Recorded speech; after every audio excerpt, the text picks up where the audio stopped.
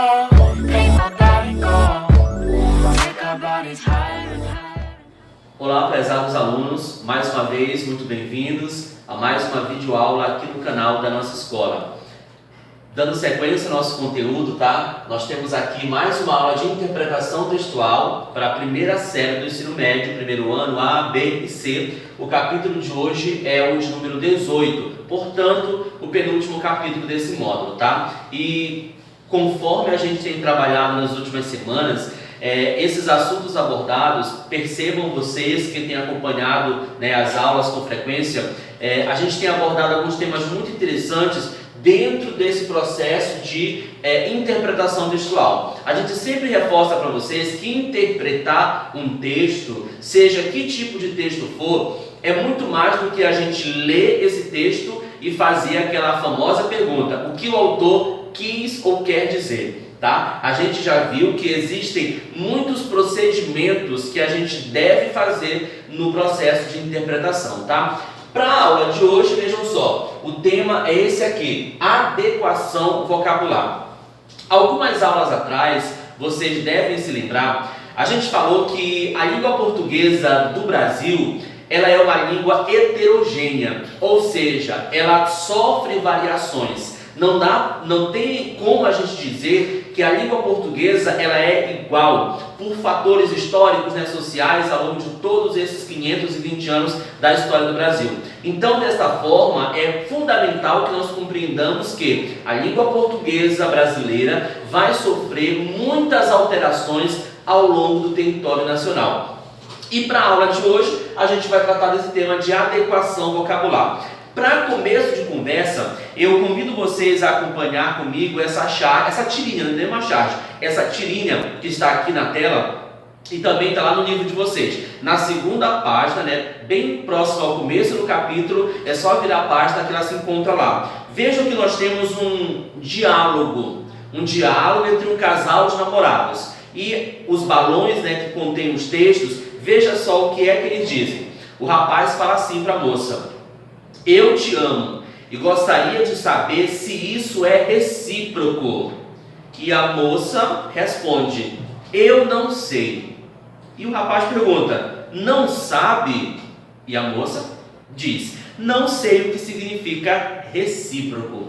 Então vejam só, essa tirinha que tem um certo humor faz uma brincadeira no que diz respeito ao uso de determinadas palavras em determinadas situações.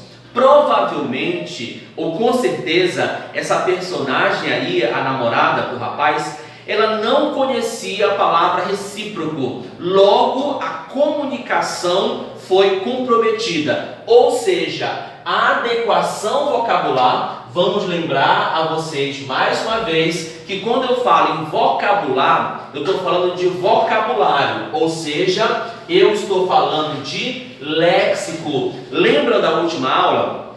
Quem assistiu, quem fez a leitura do livro, a gente falou de quê? De léxico. E quando eu falo de léxico, eu estou falando de quê? De o conjunto de todas as palavras que nós temos na língua portuguesa à nossa disposição. Ou seja, durante o processo de fala, isso vale para qualquer situação, a gente vai escolhendo as palavras e depois vai fazendo a combinação dessas palavras para que as frases possam ter sentido e as pessoas que nos ouçam possam compreender a nossa comunicação, tá?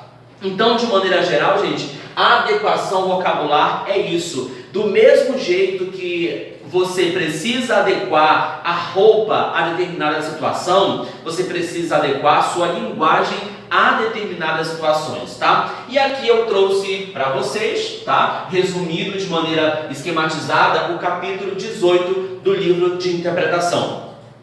Isso significa dizer que a gente, enquanto falante da língua portuguesa, a gente vai adequar a nossa fala de acordo com diversos contextos, de acordo com diversos aspectos. Vamos começar com o primeiro. Esse aqui a gente já abordou, inclusive nas duas aulas passadas eu falei desse aspecto, tá? Vocês deverão se lembrar. Caso não lembre, naturalmente, há muitas informações, mas caso vocês não se lembrem, vocês podem dar uma revisada no livro de vocês podem assistir novamente a videoaula e qualquer dúvida, né, eu estou à disposição lá no WhatsApp para esclarecer a todos vocês. Então vamos lá. Primeiro aspecto que a gente faz, a gente adequa a nossa maneira de falar à situação comunicativa. Isso quer dizer o quê? Que a nossa maneira de falar, ela vai ser alterada se a situação for formal ou se a situação ela for mais informal. Isso quer dizer que nós, enquanto falantes da língua portuguesa, é a gente que vai perceber em que momento a gente pode usar uma formalidade maior ou sermos um pouco mais informais. Por exemplo, eu trouxe aqui duas frases para que nós possamos refletir sobre isso. Olha só a primeira frase dita numa situação formal. O rapaz, o estudante, chega para o seu pai e fala assim: pai, dê-me a concessão de uma visita à casa do Marcos para fazermos o trabalho da escola. Observe que dificilmente um adolescente, ao falar com seu pai, pedindo permissão para ir à casa de um colega fazer uma atividade escolar, dificilmente ele falaria assim: está errado? Não está errado. Nós não estamos falando de erro, nós estamos falando de adequação. Ele poderia falar dessa forma? Poderia, mas convenhamos, quem é de vocês que fala de maneira super formal nessas situações? Ninguém. Agora observe esta mesma frase dita por esse mesmo estudante, só que de uma maneira um pouco mais relaxada no sentido de informal. Olha como ele fala: pai, deixa eu ir à casa do Marcos fazer o trabalho da escola. Vocês observem que, ao utilizar a expressão concessão, quem é que se dirige ao seu pai, sua mãe, enfim, a uma pessoa adulta, pedindo um favor e usa a palavra concessão, por exemplo? Normalmente a gente fala o quê? Deixa eu fazer alguma coisa. Tudo bom? Então, primeiro item da nossa conversa, a gente adequa a nossa fala, gente, de acordo com a situação de comunicação. E essa situação de comunicação, ela pode ser formal, em que será exigido de nós um português um pouco mais padronizado, e é para isso, principalmente, que a gente estuda a chamada língua padrão, a gente estuda a gramática, para que nós possamos harmonizar as palavras, né? E fazer ali as concordâncias verbais, concordâncias nominais, regências, etc. Para que o nosso falar seja um pouco mais padronizado. Mas existem aquelas situações, principalmente no nosso dia a dia, em que a gente pode usar de uma informalidade. E aí a gente não vai se preocupar muito com os aspectos gramaticais, tá? O segundo aspecto da adequação vocabular é a adequação aos interlocutores. Vejam só, interlocutor é a pessoa com a qual a gente está falando. Essa fala, gente, ela pode ser tanto ao vivo, presencial, como a gente fazia muito em sala de aula, ou ela pode ser virtual, como a gente está fazendo agora já faz alguns meses, tá? Então, de acordo com a pessoa com a qual a gente vai falar, a gente vai adequar a nossa fala. E por quê? Porque a pessoa, tá? Interlocutor é a pessoa com a qual a gente vai falar. Porque essa pessoa, ela vai ter uma profissão diferente, a idade dela vai ser diferente e a origem social vai ser diferente, tá? Assim, vamos lembrar, a forma de falar com um médico, se você vai a um consultório, por exemplo, a sua maneira de falar com um médico, com um psicólogo, enfim, com um profissional da área da saúde como um todo, ela é diferente. Se você está na escola, vai falar com um professor, você vai falar com coordenação da escola, né, coordenador, coordenadora, que são profissionais da área da educação, você tem um vocabulário diferenciado, tá? A linguagem do policial é diferenciado, a linguagem lá no comércio. Então, a nossa forma de falar, ela vai se adequar de acordo com a profissão da pessoa com quem a gente vai falar, vai alterar de acordo com a idade, ou seja, de acordo com a faixa etária. Lá no livro de vocês aparece essa expressão, tá? A faixa etária. Mas se refere à idade da pessoa. E de acordo com a origem social.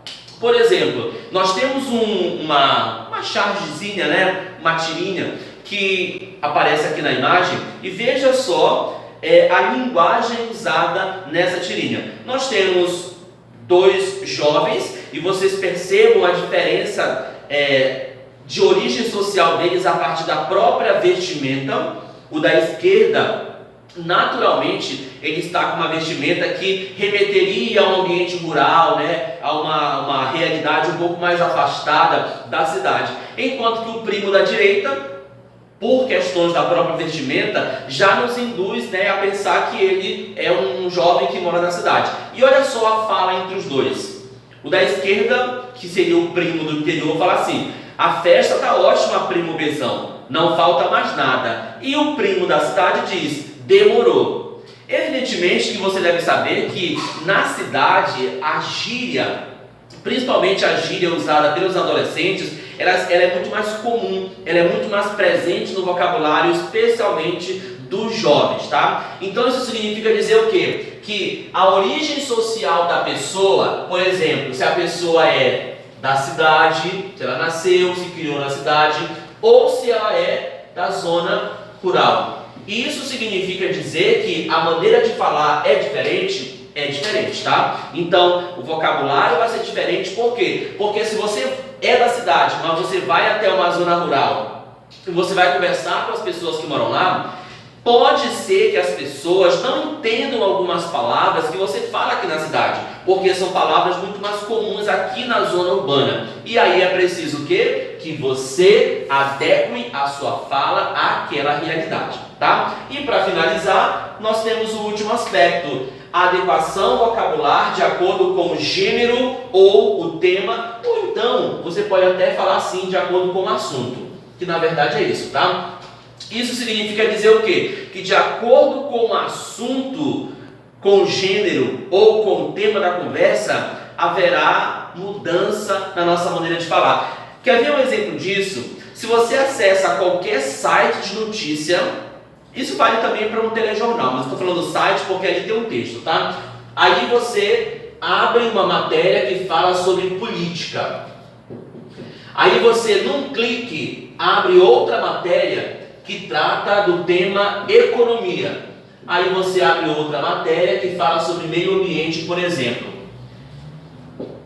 O que significa dizer? Cada reportagem dessa, cada texto que trata de um assunto vai ter um vocabulário muito particular. É só você fazer o teste, tá? Tente fazer isso que você vai perceber como a linguagem vai ser alterada, vai ser adequada para tratar de cada um desses assuntos. Da mesma forma, se você for abrir uma matéria que fala sobre esportes, existem palavras, existem expressões que são muito mais comuns no noticiário esportivo, tá? Então, desta maneira, lembre-se, de acordo com o assunto, a nossa maneira de falar vai ser alterada. De acordo com os interlocutores, de acordo com a pessoa com quem eu falo, a nossa maneira de falar vai ser alterada. E de acordo com a situação de comunicação, se for mais formal ou se for mais informal, tá?